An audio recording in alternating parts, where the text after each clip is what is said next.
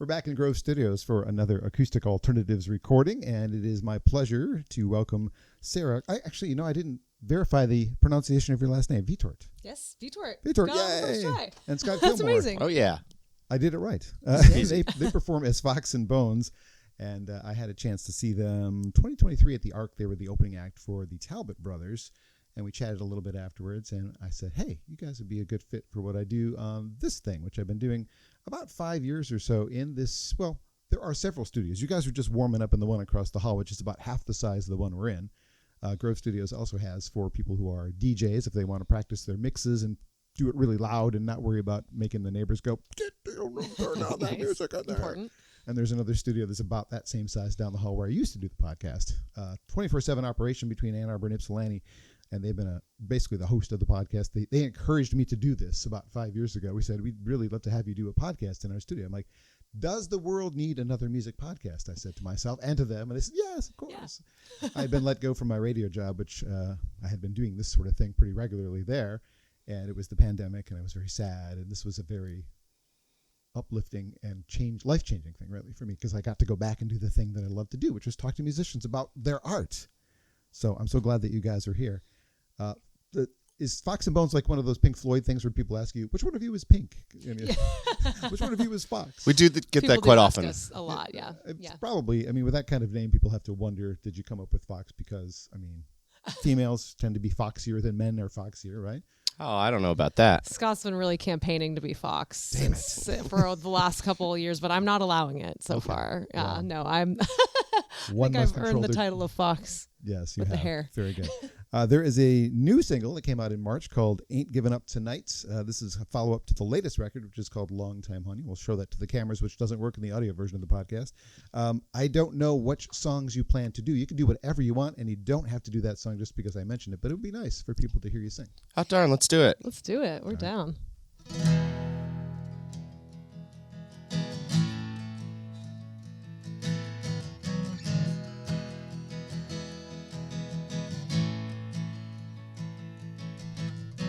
My friend told me Saturday she was in bed by 9.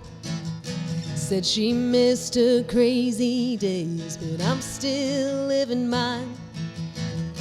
Couldn't help feel a bit of regret hidden in the cracks of the words she said. Now I'm standing here with a drink in my hand, wondering who's got it right. Maybe I should give it up, but I ain't giving up tonight. It's 2 a.m., here I am again, just having the time of my life.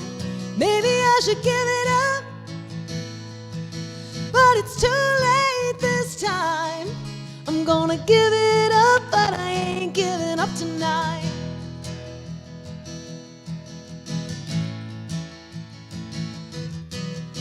I've been known to knock 'em back since early in my teens.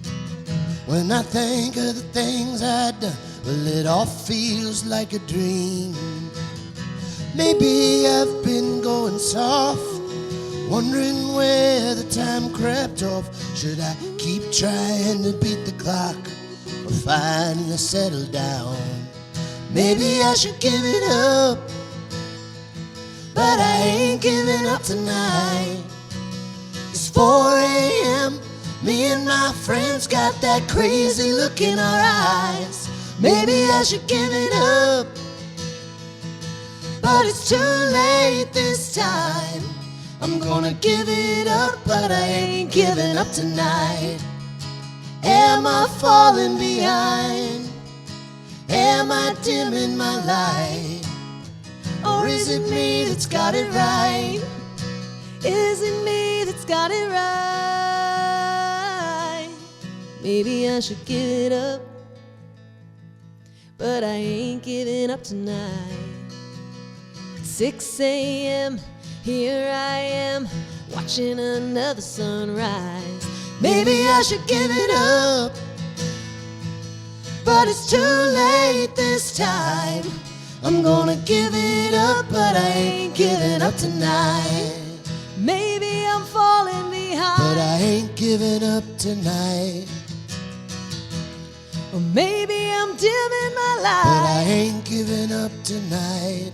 Or maybe it's me that's got it But I right. ain't giving up tonight. Oh, maybe I will, maybe I won't. But I ain't giving up tonight. No, I ain't giving up No, I tonight. ain't giving Ain't up giving tonight. up tonight. Ain't giving up. Ain't giving up.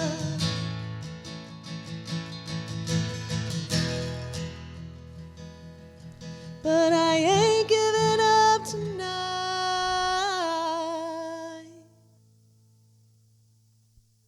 That is excellent. Brand new single from Fox and Bones, Ain't Giving Up Tonight, on Acoustic Alternatives, the podcast done at Grove Studios from, I assume, a forthcoming full-length record. We assume so as well. Is there any reason not to assume that at this Yes, point? Although some no, people that's just do EPs. And Yeah, that's definitely what we're working towards. We've kind of got this new system with, we've been working with a wonderful producer and co-writer named Greg Holden on the last record and the upcoming. And so kind of our system has just been to like go in, record a single at a time until we have an album to release. it's a good plan. And this is not an insult to the 3 records that are sitting across the room from me that I don't own yet until I pay you for them. But this one, from what I streamed, is leaps and bounds better sounding, better prepared for world domination, shall we say, than the other 3. So working with Greg, I think, was an excellent idea.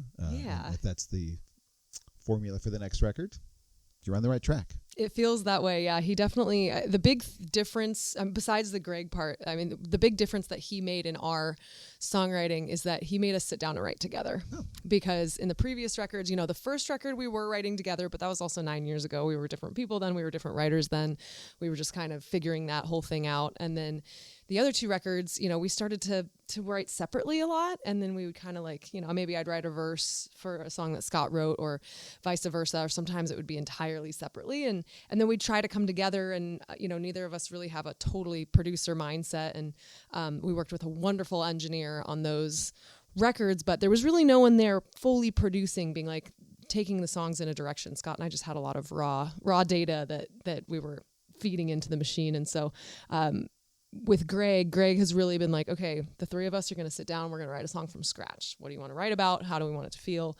And it's given us a way to streamline our creative process and also like come back together as a team and figure things out together, which has been good. In a perfect world where I have won the lottery and I own my radio station that I want to own, because that's what I would do with my lottery winnings, besides this massage a day, I would take at least 4 of the songs off this record and put them in rotation. Oh my gosh. That's how I'm no longer able to listen to a record and just listen to it for enjoyment. I'm always turning on that radio part of my brain that says, would I play this on my radio show? Yeah. And I hear at least 4 excellent, like, radio-ready songs from an album that came out last year, right? Is that last year? Mm-hmm. Yep. Time Almost is so a year weird ago. now, right? Time is weird. Who knows? After the pandemic just like wiped out 2 years of our lives, we all kind of lost track of what does it mean to be 6 months ago anymore. I know, it's weird. It's Very so strange. weird. Well, let's talk about. There's been 4 EPs, a career that has been going on for a while. An excellent website. The photos on the website so professionally looking. I mean, bands in your genre, there's not a lot that are doing the major venues, right? So this is the kind of music I love supporting on this podcast. There are the occasional people like a Jeff Daniels or a Glenn Phillips or Stephen Page from Bare Naked Ladies have been on the podcast as well, because I've had relationships with them at various points in my radio career. But I love taking this kind of music and elevating it to other people, because I think playing an 80-seat room or a 400-seat room is not enough for this kind of stuff. It's great stuff that I want people to hear. So that's kind of why I'm doing this. When did your journey as a duo begin? It sounds like from my research, you guys were in different rock bands separately, right? Yeah, Sarah and I were both in rock bands at the time when we first met. I know I had been wanting to get into a more sustainable project. We had six guys in a rock band, and we were staying in one hotel in each city that we were going to, and it was a sweaty lump of man. And I was ready to get a little potpourri into our touring career. And so I found when Sarah and I met, it felt like a good jumping point where we could have, like actual beds each night, and when we were on the road, be able to stay in places that were more comfortable. And also to lean towards songwriting and acoustic music, which we then, as we've grown through our career, we're ending up back in a more rock Americana place, but that's just a natural progression of things, I feel. Yeah, Long Time Honey is definitely more of a rock record than. I mean, it's an Americana record, but it has a rock bend to it. Definitely, yeah. Slowly filling up the hotel rooms with band members again, and so I don't know. There's definitely been a lot more squeezing men into a room on this tour because we have a bass player with us for the last year. But yeah, I think that it's inevitable that when you take two rock singers and they start a folk project, that it's going to end up rock again. But it's nice to keep that element of folk because I also, when I was writing solo, I started as a country singer and kind of moved into rock. And so I really like the ballads and the singer-songwriter stuff as well. And so it's nice to have Americana kind of gives you an outlet for both, which is nice. Because Americana is not all that defined. It is it is this umbrella that has a whole bunch of different things in it. Like, just plug that in there because it's not really country and it's not really folk. Yeah, it's not really pop, but it's not. It's like it's Americana. You can fit it into any of those genres easily. It has a guitar, so it's probably Americana. Exactly. So let's talk about you as individuals. Scott, where did you grow up? I grew up in Martinez, California, which is the East Bay, kind of by San Francisco, Oakland. So we were just a public transit ride away from being in the city, but also it was a suburbs area. So it was a pretty calm upbringing, I'd say. Did you do anything that was significantly bad as a child? Oh my! I've been known to sneak out of the house a couple times, but overall, flew pretty straight and got out of there relatively unscathed. Yes. I was gonna say I have some favorite stories of Scott's upbringing. But yeah, I don't know if that's. Well, remember, this lives on the internet forever, so if you don't want those stories to be heard, don't tell them. Yeah, that's fair. When did guitar become a thing that you did? I think right about at the end of my sporting career. I had aspirations of being a basketball player, but for those of you listening, I'm not necessarily the tallest or fastest or strongest or most talented at basketball. And so once I saw that career going by the wayside, that's when I picked up a guitar. I was like, this is something that I could put all my angst and energy into and just hit the ground running and just started learning song after song after song and really fell in love with playing music and playing old Beatles and Zeppelin songs. And from there, it kind of just took hold. Then for the next 10 years, I just had a beat-up guitar with an umbrella taped to it, just walking around the mean streets of Eugene, Oregon, for playing music all day long. So it really picked up and held on after that. I'm trying to imagine you as a basketball player with that flowing hair, and you like. Oh yeah, no hair at that time. Yeah. No hair or beard then, which probably helped a lot. Well, you look like a rock star, so that works. Sarah, where did you grow up? So I grew up in Vancouver, Washington, which is a suburb of Portland, Oregon. So I've pretty much been there for my whole life, besides a quick stint in LA. But yeah, I'm a Northwest girl for sure. Okay. Yeah. What was your upbringing like? I was very. My parents were pretty strict, and so I was very sheltered. But there was also a lot of music happening. So my mom was a professional singer and choir director, and my dad was in radio as well, actually. I apologize for that. Yeah, it's not a great way to make a living. For 30 years he did. He retired early when it started to go like this, but for 30 years he was in sales. He was, for iHeartRadio. So it was, he was doing that. And so when I was a kid, we were constantly getting, my dad would take us to work and we would get to meet the artists that would come through. And back when, that was still a big thing where people made these stops on radio. Maybe they still do, but, we'd get free CDs and we'd get signed pictures. My dad was always bringing home stuff and we'd get backstage at concerts. And so I kind of got this, this taste for it early. And I started playing guitar at 7. My mom got me into voice lessons pretty young. I was in choirs and competed in, solo and ensemble in high school. But I never really saw it as a career necessarily. So I was definitely raised with music as a hobby. And then at some point, I was just like, I started writing and I was like, this is all I want to do. Cool. And so I was definitely primed for that. 2 questions came out of what you just said. Mm-hmm. Favorite people that you met working with your dad, like when you popped into the radio station? I think actually my favorite, and granted I was pretty young then, but it felt like a big deal at the time. We still have a picture of this somewhere. I got to meet Mandy Moore backstage at this concert, the summer concert they used to do. I did get Christina Aguilera's autograph, but I didn't get to meet her.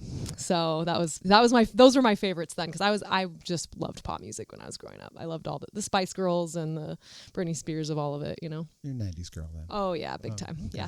Yeah. My other question was, what was it? Oh my gosh, don't get old. You lose track of things when you get old. It was related to something you said. Oh, my goodness. It'll come back to me at some random moment during this interview, and I'll ask you then. I'll be ready. I hope so. I hope I'm ready. Fox and Bones are my guests today on the Acoustic Alternatives podcast. And they've got 4 records, as we mentioned. There's a new one on the way. We don't know when, but we know that Greg Holden is behind the helm again, which is good news. I didn't actually ask you guys how many songs you want to do while you're here. Do you want to do 3 or 4? Let's answer that question before we continue. Great question. Yeah, we'll do 4. Why not? Okay. You're here. Let's play. Let's squeeze another one in. Yeah. What are we doing next? Can be anything you want. How about Strange and Wondrous Place? Okay, I was just going to suggest that maybe you don't do covers because, you know. Oh, yeah. We can do all our own songs. Do your own songs. Yeah. We only get 4. We should do ours.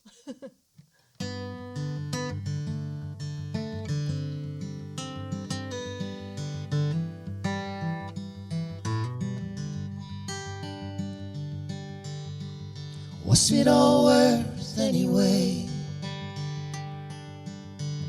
Can you measure life in numbers? And if so, what's a fair rate of exchange? Do you know the price point for each new breath that you take? If you only had a moment left, what would you want to say?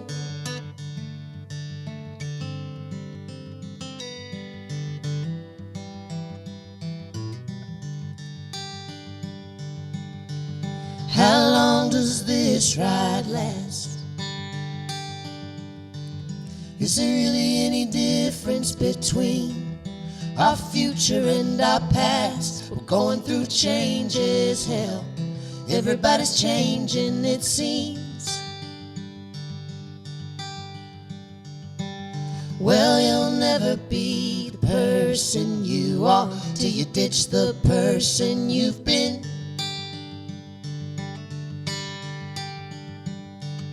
And time doesn't know the shape we're in. We keep trying our best to explain. Life is always dying to begin. What a strange and wondrous place we're in.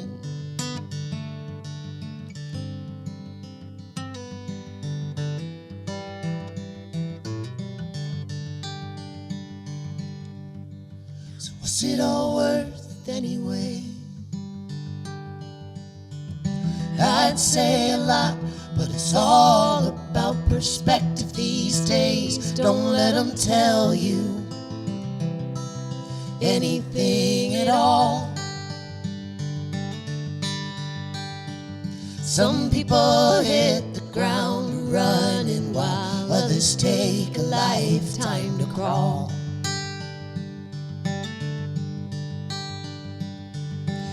Time doesn't know the shape we're in, that's fine. Whatever's meant to be. I'm just trying my best to comprehend what a strange and wondrous place we're in. What a strange and wondrous place we're in.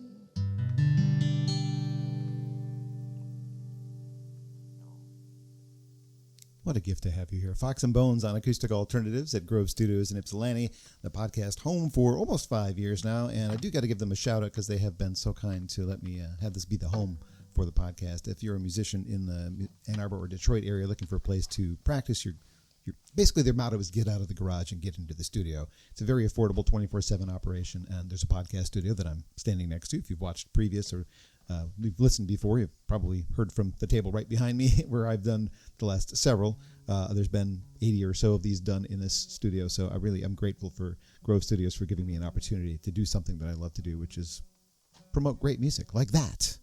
That is not on the latest record. What's that from? Is that from That is the ones? record previous. Okay, the one that's over there that I still need to pay for. We mentioned that. I remember the other question. It was Yes. what did you want to be? If you didn't think musician was your career path, what was your career path? No, I mean, for sure I wanted to be a rock star most of my childhood. And then when I started to get realistic, I was like, okay, I think I was subconsciously, I was like, how can I still be in front of people? I like being on stage. I like being on camera. And so I, in high school, got really into the TV news station at my school, and I decided I was going to go to school for broadcast journalism. So I spent 4 years at Washington State. And it was cool because in addition to being like my program and classes were all around news, but then there was my extracurriculars were all around we had a whole TV station that had all sorts of different programming. So I was on like a TRL type show. I was on like a bunch of different shows that were completely student run. And then that's why I lived in LA. I went and interned at E. I thought I wanted to be an entertainment news personality, and got down there. First of all, just didn't. LA was not for me at that time in my life. I just couldn't. Yeah, it was jarring to be in LA. And then I realized that by working at E, I kept myself from ever being able to audition there. You can't audition from the inside. So I was like, oh, okay, well, there's that. But I did work in the music supervision department at E. So it kind of did, in some ways, lead me back to music again. Scott, were you dreaming of firemen or policemen or something like that? Aside from my completely irrational sports dreams, there was a brief period with music when we're on and off the road where I started looking at maybe teaching elementary school, because I had worked in after school care there at a school in outside of Portland, Oregon, and I just have always enjoyed working with kids, and so that was something that I've been thinking about that lately. About that was a kind of a path that could have been taken if we didn't get on the road and just get just tour. I thought you were about to tell me that that's what you're like. I've been thinking about that lately. I've been thinking about quitting the band and being an elementary school teacher. News dropping. I'm gonna work at an elementary school. Yeah. Sorry, Sarah. He's like, I'm trying to make some money. Let's go. Let's go be a teacher. I'm trying to get rich. I'm gonna go into teaching. Yeah. Well, it's actually the perfect lead into the question that I'd already prepared next. Accidentally, we got there, but I mean, at some point, I have a lot of musician friends from the local music scene who are equally as talented, who deserve to be heard as well. And many of them are working as teachers in Ann Arbor high schools, or selling insurance, or working the church music at the local church. And I mean, there has to be at some point, you have to say to yourself, I'm going to take that leap of faith and leave this comfortable job, or a job that has a 9-to-5 or a steady paycheck, and go, I am ready to go do the national touring thing. Like, you guys are not from this side of the country. You're far, far away from home. So you're taking a gamble that when you show up at the venue, there's going to be people there. What was the impetus to say, I'm prepared to do that and take the chances that it's going to work out? I think we got to kind of ease into it, because when we were working, we both had jobs where we could leave for a month or two, and so we'd do 2 months at work, then we'd try a month on the road, and then we'd do a month of work, and then 2 months on the road, and eventually we got enough momentum to get fully onto the road. And these days, though, I do feel there's so many work-at-home jobs or things that you can do that can supplement. Gig economy jobs. That can supplement your income. Our good friend and former manager, Colby Hayden back home, says octopus income. And so with music, you just got to have a lot of income streams coming in. And they don't have to all be the main thing. Like, music is the main thing, and the touring, that's where you put most of your energy. But any sort of supplemental things that you can to pad that and make sure that you're not breaking down in hives and tears on the road. He says that looking at me, because that's what I've been doing, because I do have a remote job that I've been working from the road, and this is the first tour where I've tried to do that. It is a lot. And I, like, when I was assessing taxes this year, I was like, I had 5 different jobs last year. And that's just kind of what it takes to make it work. I think when we first went out on the road, and we were, when we first made the jump and quit our jobs, I'm not sure we had a house either. So it was like, not paying rent helps a lot. Sure. Or, figuring out like ways around that. And, I think that, you talk about there's a lot of talent in this town, and we feel the same way about Portland. Like, there is an insane amount of talent in Portland. And, I think talent only gets you so far. The rest is kind of audacity. Yeah. You have the audacity to come to Michigan and be like, hey, we've never been to Chelsea, Michigan before. I hope someone shows up to our show, and we feel like our music deserves to be heard all over the country. And, it's that audacity that kind of propels you forward, because you kind of have to believe in the thing and the vision before anyone else catches up to you. And so that's, I think, what national touring is all about. Audacity and merchandising. Well, very good. Yes, yeah, merchandising. Selling merch really does help for sure on the practical side. Was there like a TV song placement or a movie song placement that made audiences go, "Oh yeah, I've heard of Fox and Bones"? Was there one of those moments? Someday soon. Okay. We're manifesting, but no, nothing like that. So just hard work. Just hard work. We've literally we played for 9 years. We've been touring, and we were playing in the back of a coffee shop. We were playing in the corner of a bar. And it's amazing how now that we're, playing headlining shows in these listening room venues where people will be like, I saw you at XYZ Brewery. You were playing covers in the corner. And I came back 8 years ago. And I loved you so much then that I wanted to come back and buy a ticket. And so that stuff, I mean, while that's not like career building in the way that the industry wants to tell you it is, like just getting out there and playing wherever anyone will let you play in a different city. That's how we started. We just were like, hey, can we play here? And people are like, sure. You want to set up over there? Mm-hmm. And so, yeah, it's been the slow and steady wins the race type of career for us. Yeah. 9-year overnight success story. Yeah. And maybe, and who knows how much longer, but we've just kind of kept committing to it over and over. And we're always pleasantly surprised at people being like, we saw you here and we drove 6 hours to see you here. And we're like, wow, okay. So absolutely cool. No diss to my previous guest, who was the last person in the studio with me, but his path was about 16-year-old putting up covers on the web, got discovered doing that, ended up landing a spot on the final season of Glee.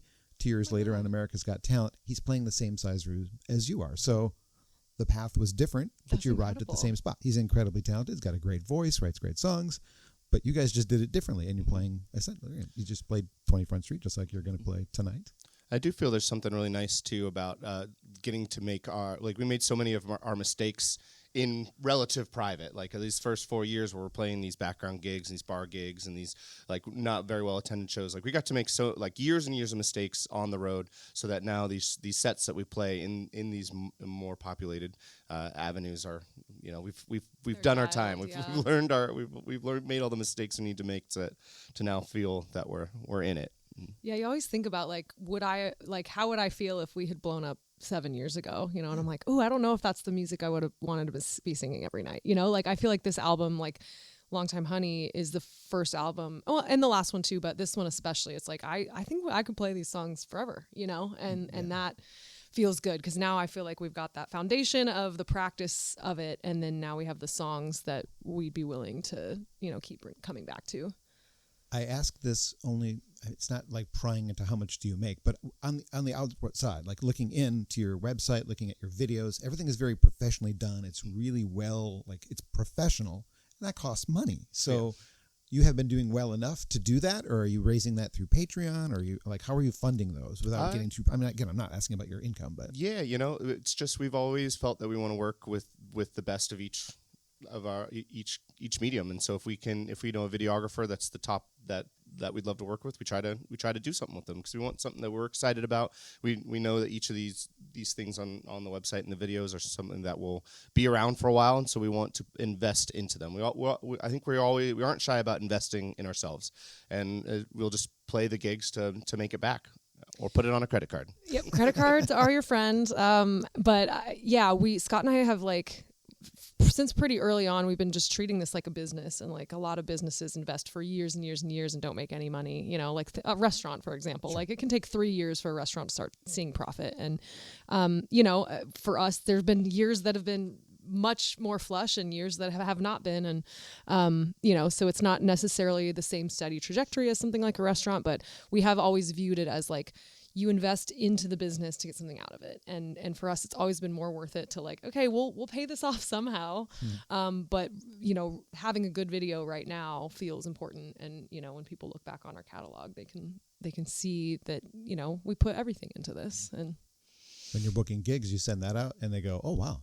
Exactly. Yeah. It's not like I'm shooting video of you right now. I hope it turns out. And then maybe these are good tools to use as well. Like, oh, this is what we look like in an acoustic setting. This is how we sound. Right. So, it's good to have so many options. I'm just concerned about, I've been in the industry longer than maybe you've been alive. I don't know. 1985 was my first job in the record industry. I was in a record store. And so 40 years of watching the industry go from records to CDs were new. I watched CDs debut. I sold those at a record store. I've watched vinyl come back. I mean, the whole thing. Like, if you had been a new act then, as an independent act, I probably never would have heard of you. And I told this to my previous guest as well. Like, there's probably no chance that you would have broken through to my radar without Atlantic Records or Columbia Records sending me your record so that I knew you existed. Right. But now it's a level playing field. Mm-hmm. On the other hand, that means there's so much more competition. So I'm just so concerned about the industry in a way that if I was a 12-year-old kid who loved music, is it a good career choice? No, it's not at all. I mean, there's not a great way to, you guys have figured out your income stream somehow, but it's just such a bad idea. But I don't want people to stop making music, and I'm concerned about that because music is the thing that keeps me alive, quite honestly. How do you guys feel? Like, do you feel we're okay? I'm almost less concerned about the 12-year-olds because they know how to use TikTok. But, you know, I have a lot of thoughts about this because I do think that, especially you know, as we're on the precipice, well, we're already in it. We're in the AI world where, you know, AI is going to infiltrate a lot of the music industry. And some people are very worried about that. I am not, because there's no substitute for being in a room with live music. And I think that, like, another thing that we have been talking about on stage a lot is that, like, this is a calling more than it's a job. And so when I think about talking to, you know, younger kids, it's like, if this is the path that's calling you, you're never really going to be able to get away from it. And you may as well put your all into it. You know, you may as well have fun doing it, because at the end of the day, like, life is crazy and it's a hard world out there. And if there's something that you love that much, like, you just got to do it, you know, and as much as you possibly can. Scott, any thoughts? Yeah, I think it's only going to be a bad career if you don't put all yourself into it. Yeah. So we've been around a lot on this tour, and we had a few people say, you know, like, this is a hard job, this is a hard career. It's not. This is a great career. It's a wonderful career. It's something that if you love doing, you're going to love doing it. And, you know, you get to go and see, you pretty much get paid to go and see your friends and family once a year. You get to a reunion with everyone that you love all over the country. And so I think that it's only going to be a difficult career if you don't dedicate yourself to it. But that's the same as anything. So it's like, if there's something that you love, you should go out and do it and try your best at it and appreciate it every step of the way. Yeah. I heard somebody recently talking about, you know, like, if you have a passion for it and if something's calling you, you need to follow it to completion. And, like, you know, it doesn't matter what that thing is, but, like, do it. You got to do it all the way until you feel complete with it. And, you know, and that may be on your deathbed, right? Like, there may never be a completion besides just that you're not alive anymore. But you know, wow, it got dark in here. Turn off the lights. But, you know, and I think that's like a good way for me to think about it, because I sometimes very much get caught up in is this working and does anyone care, and, like, that weighs really heavily on me. And so it's been good for me to, like, surround myself with these reminders of, like, you know, what else would I be doing? Like, I did do the corporate world. It was harder for me to do that because my soul felt restless there. And I know that about myself. I put a couple years into that to figure that out. And, you know, I didn't know then that I was going to end up here, but I ended up quitting my corporate job and going on a solo backpacking trip around South America. And that's when I started writing music, and it very much called me. And so, you know, it's like, it's in a more comfortable life maybe to do the 9-to-5 thing and, you know, whatever, but there's still going to be challenges to that. And for somebody like me, there's going to be a lot of challenges to that. And so this is in some ways easier, you know. I'm glad you made the leap. I'm glad, Scott, we would never met had you stayed in the corporate. Same with you, Scott. Had you chosen another path, we never would be in a room together. No corporations are hiring me, just so you know. Okay. I'm unemployable. Maybe if you cut your hair, hippie. No, hippie. They can't. People who aren't watching the video don't know I have none, but I'll show you a picture later of when I did, and you'll laugh like, oh my God, that's you. I carry it to make fun of myself. The fourth album from Fox and Bones, Longtime Honey, is definitely, as I mentioned earlier, the one that I think, if people were starting to listen to your music, start there and then work around that and go forward. When I was hearing House by the River, every time it would come on, it felt familiar. Like, I know this song, but I don't. It's a new song. How do I know this song? And it took me until maybe a week or two ago, because I was re-reviewing the album. I've had it in my collection for a little while. And it doesn't sound like a particular song, but I think I figured out who it reminded me of. And it was, strangely, The War on Drugs. And I don't even know their stuff that well. Mm-hmm. But that's pretty accurate? You're shaking your heads. That was one of Greg's production big fan. influences. Really? Yeah. Okay. Wow. Okay. Yeah, Glad so I arrived there. That's spot on. He'd 'Cause be so happy to hear that. The I'm radio sure. station that I used to work for, when we were playing one of their singles from the Breakthrough record that kind of got them more attention, that song that we played reminded me of Bryan Adams, which was really weird because there's I'm sure the War on Drugs did not grow up listening to Bryan Adams like I did. You never know though, because that 80s influence, it kind of is coming back in so many ways. Like people are really yeah. It was like early, like pre-big hit Bryan Adams stuff. That anyway, Okay. it's just weird connections that I was making as I was listening. But I also know that the proximity that where you guys grew up wasn't all that far from a very big music scene in Seattle. Did that bleed into what you guys did as younger artists at all?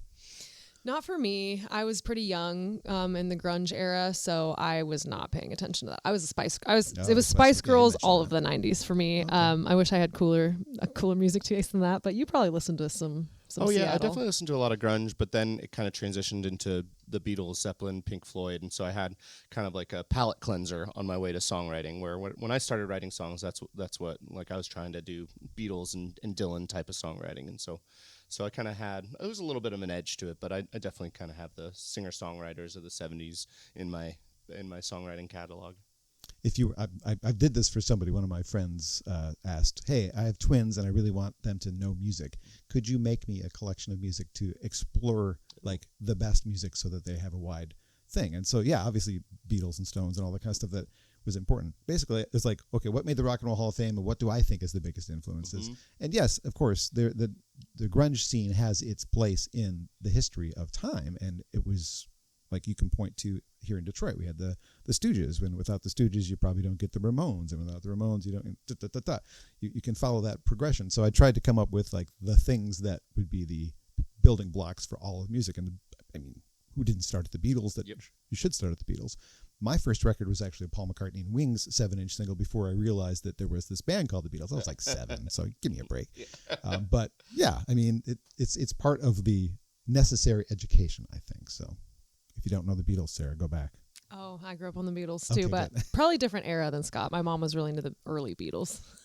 Well, actually, Rubber Soul and Revolver, I think, are the two that I would start with if I was trying to say, you want to introduce yourself to what the Beatles were? Go there, and then go in both directions from there. That's, to me, the best two records. Oh, yeah, we have both of those, yeah. Yeah. Well, as if being an artist weren't challenging enough, you guys also put together a folk festival in Portland. I don't know where you find the time to do this. Tell me about how that came about.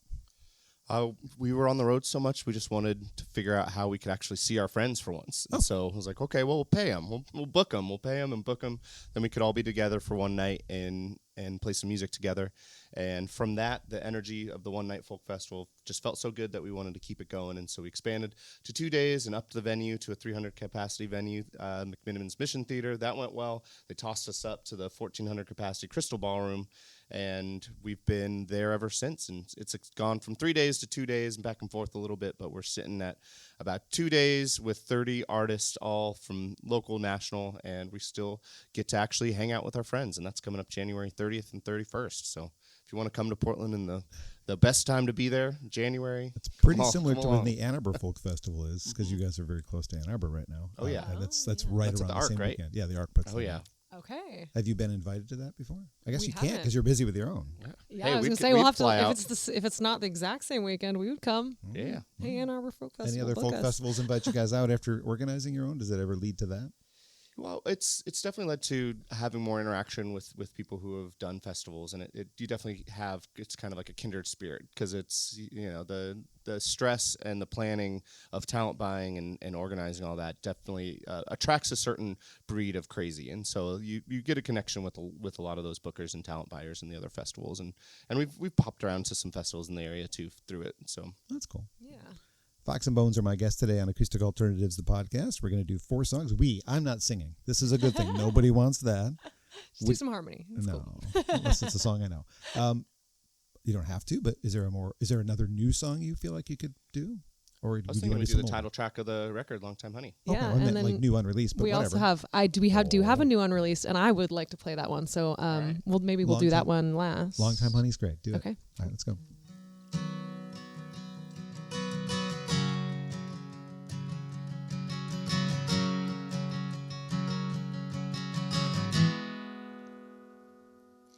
Fill up your cup, don't you dare break it.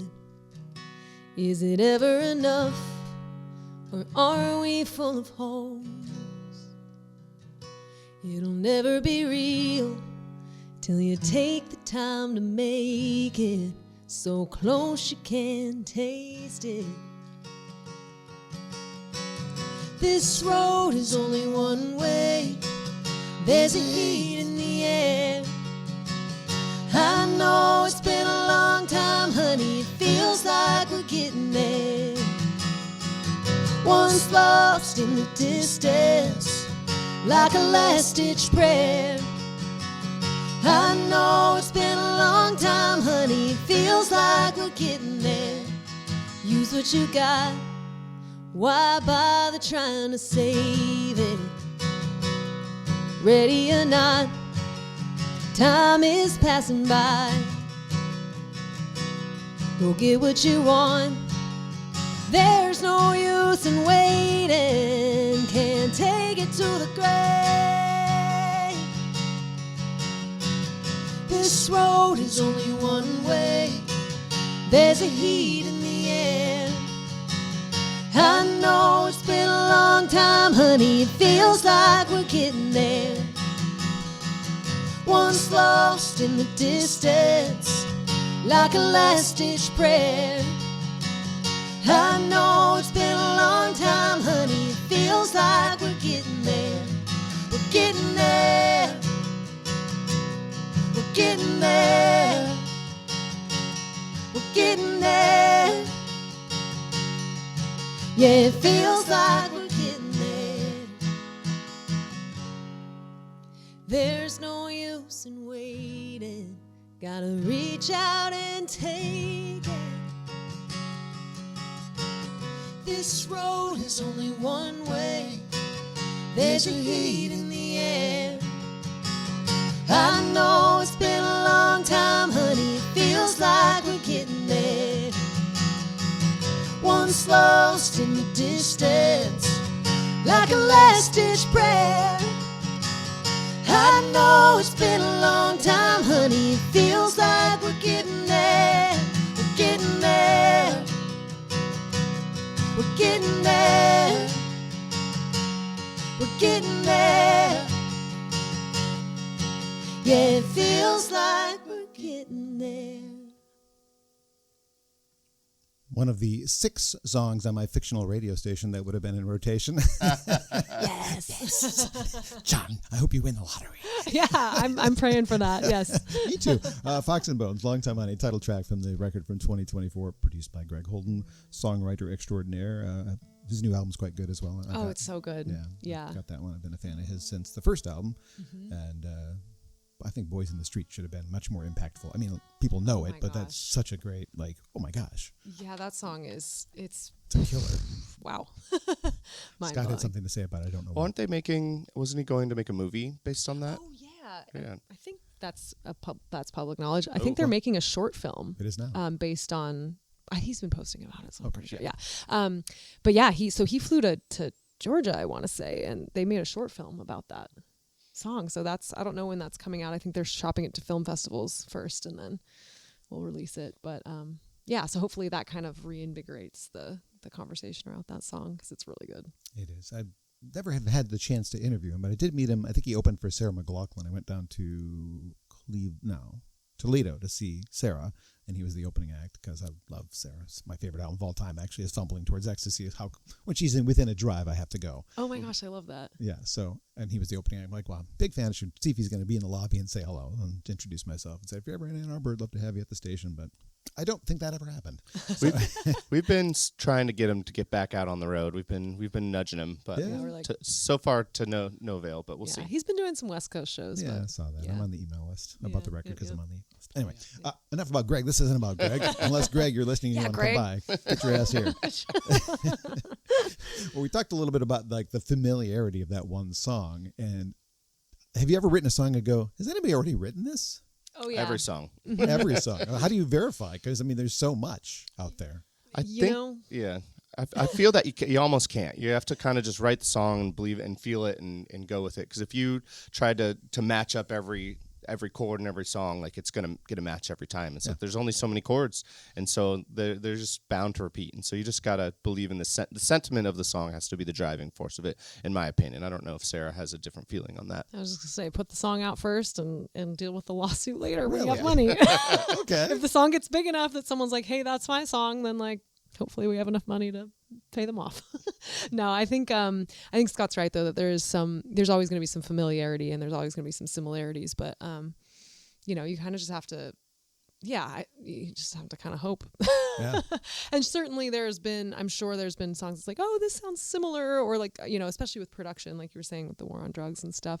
But I think as long as you're consciously not trying to copy something, then you're doing the best you can. It was several years ago. He's an East Coast guy, so you may not know Stephen Kellogg. Do you know Stephen at all? Yeah. Yes, That sounds familiar. So Stephen Kellogg and the Sixers were regular visitors to the station that I used to work at, and so we were like first to like think about adding their record and what have you. And they put up a single, and I immediately went, "Does he know he's ripping off Cecilia?" And then I know him well enough that I reached out to the contact at the label. I'm like, "Have you heard that this is almost Cecilia?" And they actually went in and re-recorded it and changed the chord. Oh yeah. No, I wasn't the only one who noticed. Yeah. But it was like, oops. Mm-hmm.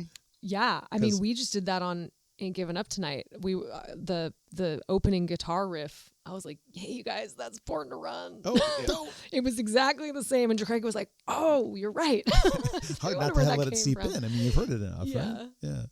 Well, there's so many aspects to being a musician, being a touring musician, being a career musician.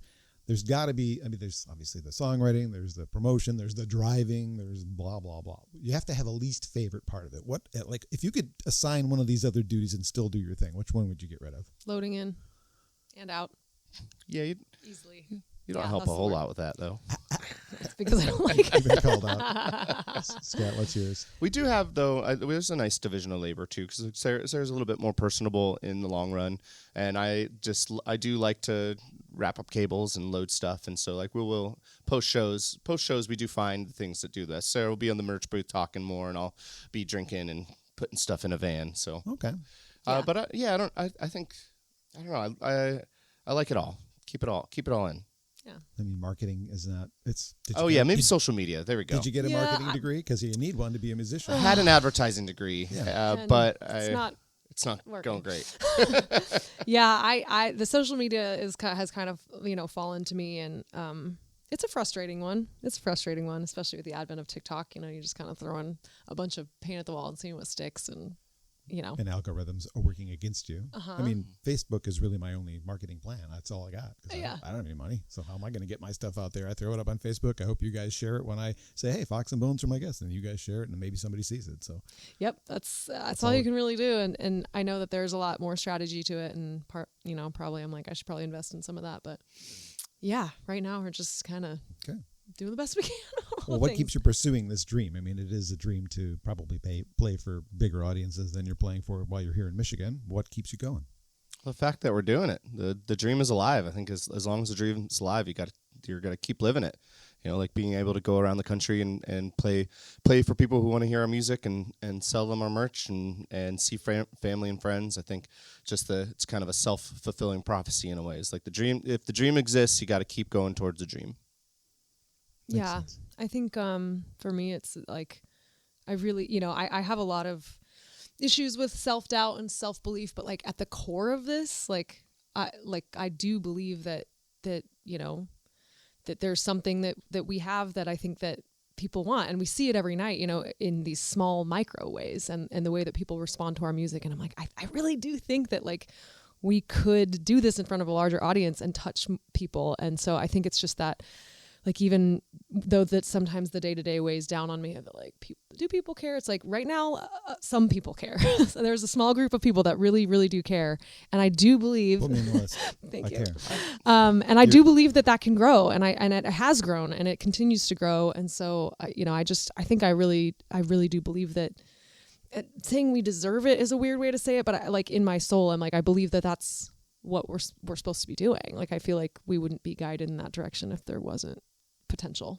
I will support you deserve it, because you're actually making all of the efforts that you should make to make a difference into the success, right? If you were just like, oh, let's see what happens, that's different. You're just, well, maybe something will happen. No, you're like busting your butts and you're getting out there and you're doing this, and maybe you're doing radios in other cities. I don't know, but you're doing all the right things, and I hope it pays off. I think it will. I know it will. It already has. Oh, great. We're already here. Scott hates when I say it. We have very different philosophies. Okay. Scott wants to believe that we've made it just because we exist. I don't want to believe. I believe that it's happening. Yeah. Okay. Yeah. That's good. That's good. Yeah. And you can tell how annoyed he is at looking at me. He's so annoyed with me all the time. Cut it out, Scott. You know. I'm sure people come up after shows and say, I found your music because of X or because of Y. Has anybody ever said, I was searching for the TV show Bones on Fox and I found you? We did. We got an email from that, actually. Someone wrote an email. They were very upset about the season finale of the show, and they wanted us to fix it. That's not us. Yeah, it's all right. But Scott crafted a brilliant email. This was like the first year of our career, so we didn't have the SEO yet. Oh. And so Scott wrote this letter back that was like, hey, I'm really sorry that you didn't like the ending. We actually had nothing to do with it. We're actually a folk band called Fox and Bones from Portland, Oregon. It sounds like you have an extra hour in your week, so if you've got time, here's the song. And did he ever respond? I don't think so. Yeah. Scott, that's brilliant. That's brilliant. But I hope that guy comes to a show someday. That would be a really nice full circle. That's funny. New album coming soon-ish. How are you? How's the songwriting going? How many do you have ready for the next record? We are about two songs in. 2 songs. I like how Scott says about 2. It's exactly 2. Oh. Well, this one's not out and done yet, so we're about to. We're getting close to there. The way we're trying to do it is go into the studio. We go in with no ideas, and then with Greg we craft a brand new song. And so ideally we're gonna have we do that every 2 or so months and just keep releasing those until we're within album shot. 8 to 10. Ideally like if I had it my way, if we could get this done in a year and be back on the road touring it and selling it, that would be the dream for me. What's kind of writing the song lyric for you? What's inspiring you? Because there's a lot going on in the world. I don't know if that's the kind of stuff you want to write about, but what is inspiring lyric right now? Yeah, I definitely. And this is in the future. We haven't even talked about this, but I think we've always kind of tried to put like optimistic spins on things, but I really would love to write a song that's just like, if this is the direction the world's going, like we're going to have the most fun we can. Like I kind of like that premise more than like actually writing about the, on the activism side. But I do think that we will probably be inspired by things going on in the world, but we're gonna put our Fox and Bones spin on it, and we're just gonna try to like put out music that's uplifting and inspiring and fun while also still having depth. Because I think one thing that Greg really helped us do is like, bring. Like we don't have a lot of sad songs as Fox and Bones, but I do think it's good to have emotion mixed with fun. And so in my idea, that's like the perfect world. The perfect meeting would be another album that kind of has a well-rounded depth to it. Scott's turn. Yeah, Greg's pretty good at pulling out what we're feeling at the time. We can't hide our emotions or our feelings, and so I feel that going in there.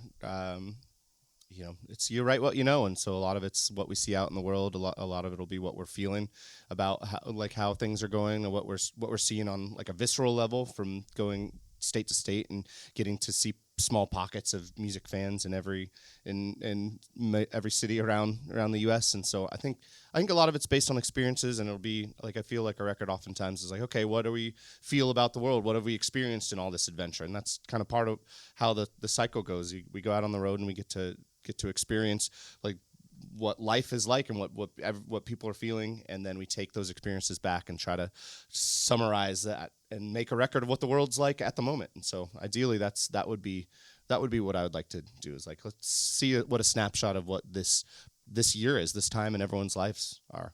And the next and final song of our session, tell me about this song and what is it called? Yeah, so this song is called Borderline. We wrote this 2 days before we left on tour. Oh. And does Madonna know? Is there a Borderline Madonna song? Of course there is. Maybe we'll the call song it is Borderline. called The Borderline. Every time we need a different like name, we just add the Borderline.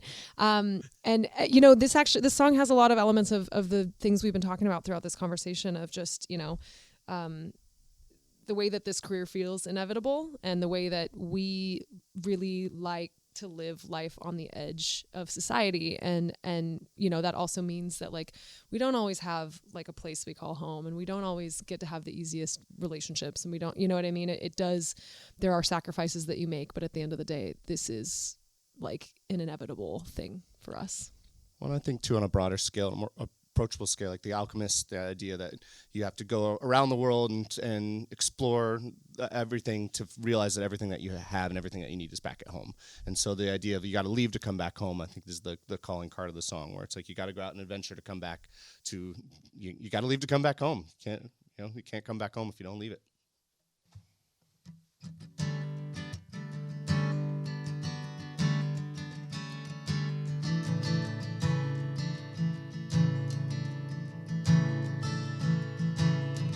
Late at night, Burnside, lights on over the water.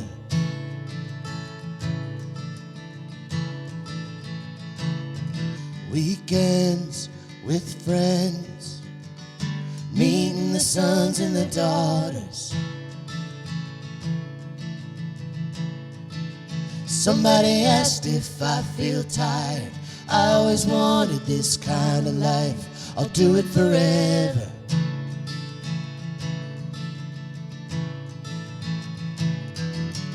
Baby, the best is out on the borderline.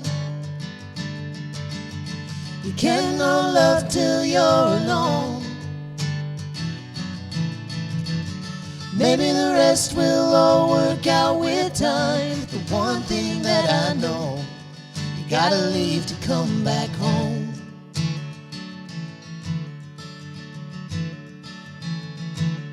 Skip town, found out escape was never the issue.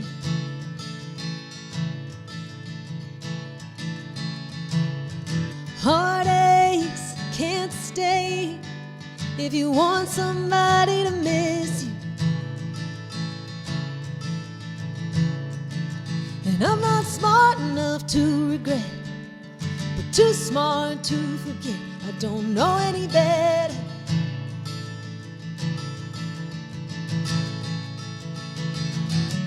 Baby, the best is out on the borderline. You can't know love till you're alone. Maybe the rest will all work out with time. The one thing that I know, you gotta leave to come back home. You gotta leave to come back home.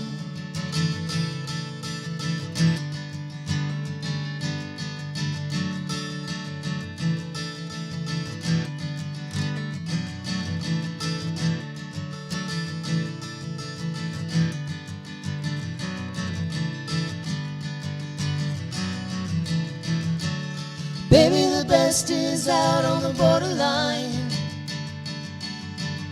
You can't know love till you're alone.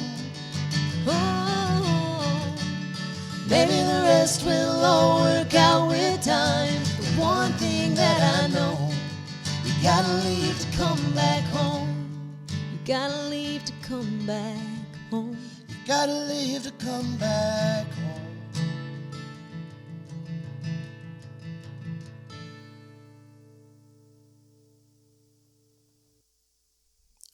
I like it a lot. Thank you. Borderline, new music from Fox and Bones, calling to mind, I guess, the similar theme to Passengers Let Her Go, right? It's sort of like Let Her Go. She comes back if she's that whole thing. Mm-hmm. Beautifully done. And it's been done in Grove Studios on Acoustic Alternatives. Grove Studios, thanks to them for making, a huge difference in my life, giving me a place to do this podcast. They also happen to sponsor something I do on an internet radio station called Sonic Coast. Every weekday at 3, we do the acoustic coffee break, and we play songs from my sessions. So cool. That one, if it's okay. Yes.